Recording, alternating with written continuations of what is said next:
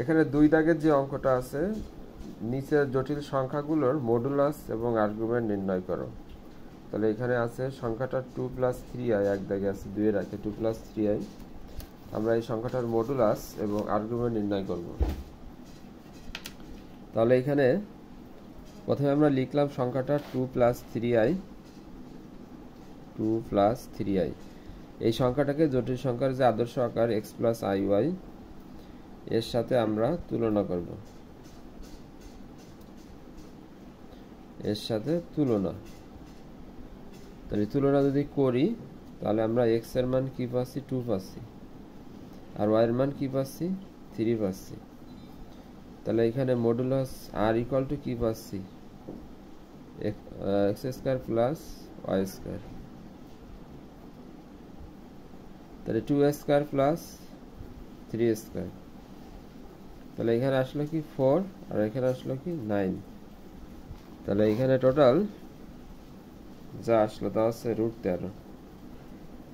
এবার এই যে আর্গুমেন্ট আমরা বের করব। আর্গুমেন্ট থিটা হচ্ছে tan ইনভার্স y/x। তাহলে tan ইনভার্স y/x, y মান হচ্ছে 3 আর x এর মান হচ্ছে 2। তাহলে tan ইনভার্স 3/2। তো এইটা হচ্ছে মডুলাস এবং আর্গুমেন্ট। এরপর আমরা 2 এর 2 দাগ অঙ্কটা করব। 2 এর 2 এ এখানে আছে অঙ্কটা আছে 4 + 3i। তাহলে 4 + 3i এই সংখ্যাটার মডুলাস ও আর্গুমেন্ট বের করতে হবে। তাহলে এটাকে আমরা আদর্শ আকার x + iy এর সাথে তুলনা করব। তাহলে তুলনা করলে x এর মান আমরা কি পাবো? 4, আর y এর মান আমরা পাবো 3। তাহলে এর মডুলাস কি হবে? x² + y²। তাহলে এসে 4² +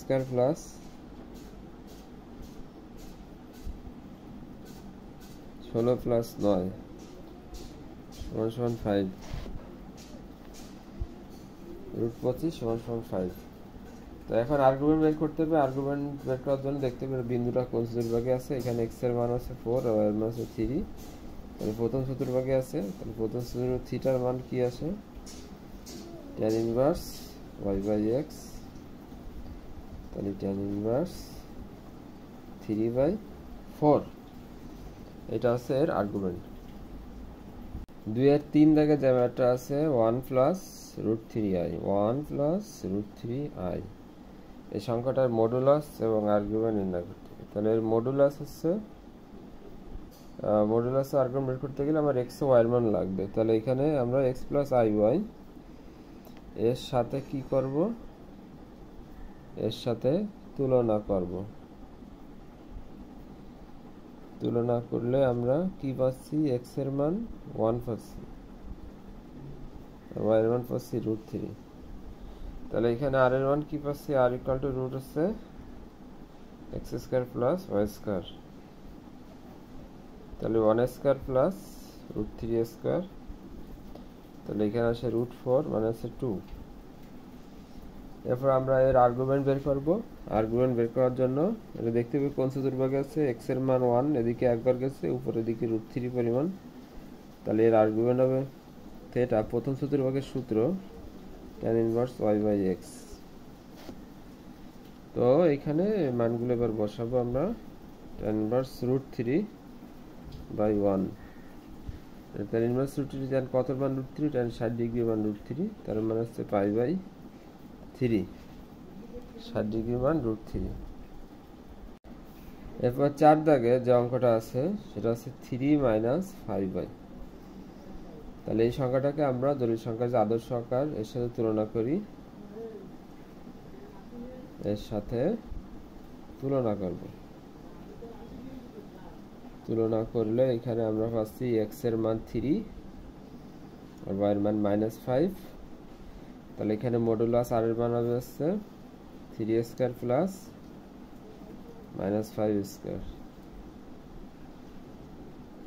তাহলে এখানে আসে √36 মানে 6। এবার দেখতে পাবে এটা কোন চতুর্ভাগে আছে। এখানে x এর মান আছে 3 আর y এর মান -5, তার মানে চতুর্থ চতুর্ভাগে। তাহলে এখানে থিটা হবে minus tan inverse y by x, তাহলে মাইনাস tan ইনভার্স y এর মান -5 আর x এর মান 3, তাহলে এখানে অ্যান্সারটা হবে মাইনাস tan ইনভার্স 5/3।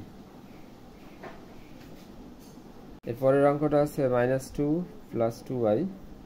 এই সংখ্যাটার মডুলাস ও আর্গুমেন্ট বের করব। তাহলে এখানে x এর মান হচ্ছে -2 আর y এর মান হচ্ছে +2, তাহলে এখানে r এর মান হবে হচ্ছে √2a² plus -2a² plus 2a², তার মানে √8 মানে 2√2।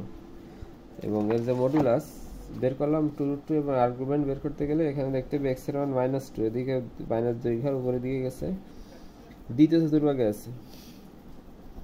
তাহলে থিটা হবে pi minus tan inverse y by x।